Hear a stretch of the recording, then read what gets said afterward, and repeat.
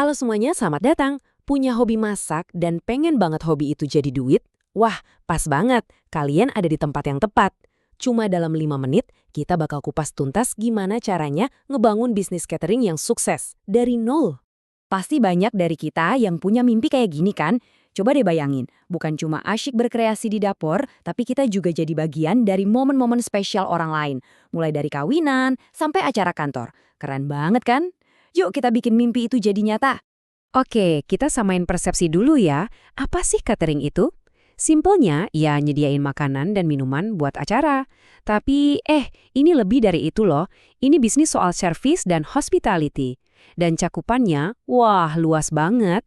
Bisa buat acara kumpul-kumpul, meeting kantor, atau bahkan langganan makan harian. Nah, ini nih rute kita hari ini. Pertama, kenapa sih bisnis catering itu ide yang cemerlang? Terus kita susun blueprintnya.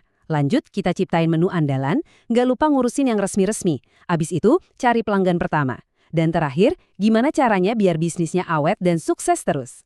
Langsung aja kita mulai ya. Oke, pertanyaan pertama. Kenapa harus catering? Yuk kita bedah kenapa bisnis ini benar-benar punya peluang besar sekarang. Yang paling bikin semangat dari bisnis ini apa sih? Jelas, permintaannya yang tinggi dan stabil. Coba pikir, kapan sih orang gak butuh makan buat acara? Gak akan pernah kan? Terus, modalnya juga fleksibel banget. Bisa mulai dari skala rumahan aja. Pasarnya luas dan, nah ini dia, potensi profitnya itu gede. Bayangin, dapat satu proyek catering nikahan besar, itu profitnya bisa nutupin biaya operasional sebulan. Belum lagi ini jadi ajang kreativitas kita buat bikin orang senang. Seru banget. Oke, idenya udah dapat, semangatnya udah ada. Sekarang waktunya kita ngomongin soal rencana. Ingat ya, ide sebagus apapun, tanpa rencana yang matang, ya bakal gitu-gitu aja. Ini fondasinya, jadi jangan dianggap remeh.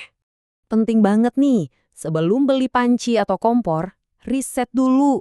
Coba kepoin, siapa aja sih saingan kamu di sekitar situ? Apa yang bikin mereka bagus? Apa yang kurang dari mereka?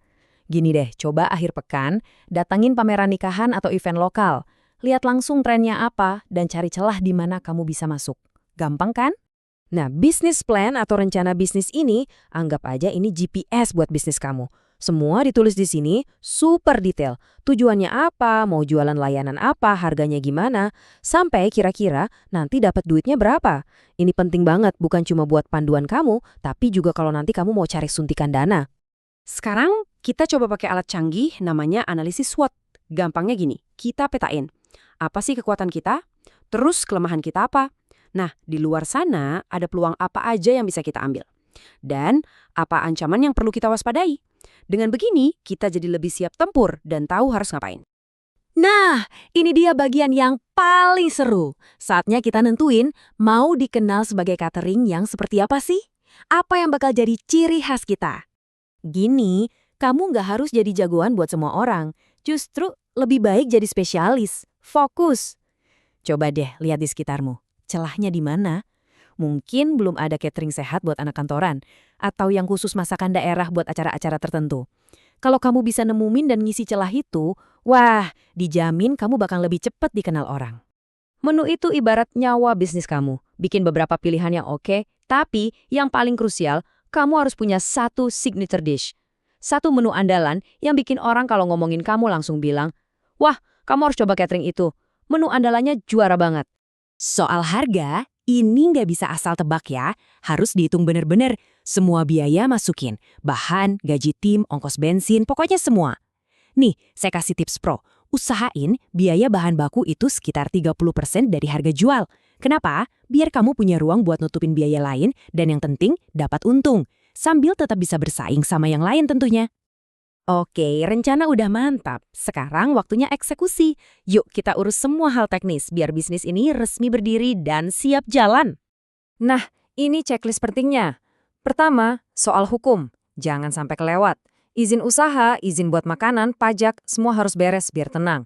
Kedua, anggaran. Hitung semua dari awal. Ketiga, cari supplier yang top, yang bisa kasih bahan bagus, harga oke. Dan terakhir, rekrut tim yang bisa diandelin. Ingat, kamu nggak bisa ngerjain ini semua sendirian.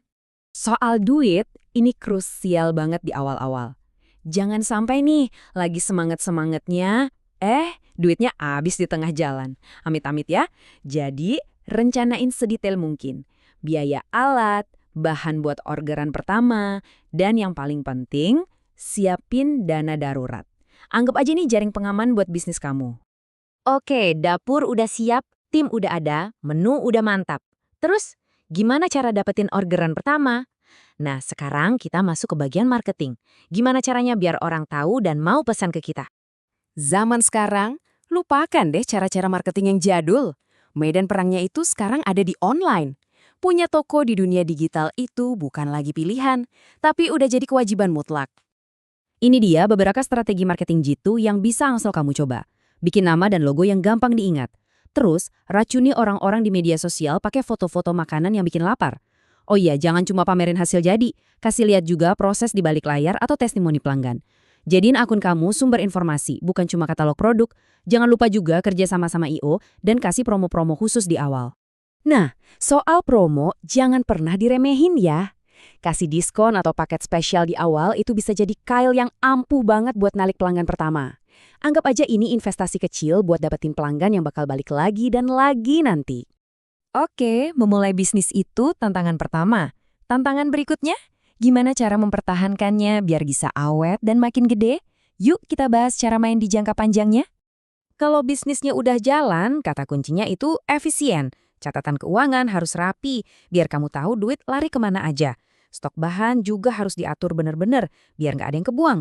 Dan yang paling utama, jaga reputasi, selalu tepat waktu. Sekali aja telat, kepercayaan pelanggan bisa langsung anjlok. Ingat, bisnis yang hebat itu adalah bisnis yang bisa beradaptasi. Jadi, kuping harus selalu siap dengerin masukan pelanggan. Terus evaluasi, jangan bosen. Kalau ada cara yang nggak berhasil, ya udah ganti. Jangan takut buat berubah. Intinya, terus belajar dan berinovasi ya. Nah, semua resep suksesnya udah kita bedah bareng-bareng. Cetak birunya udah ada di tangan kamu. Sekarang, pertanyaannya bukan lagi gimana caranya, tapi kapan mau mulai. Jadi, coba pikirin deh, apa nih hidangan andalan pertama yang bakal kamu sajikan ke dunia?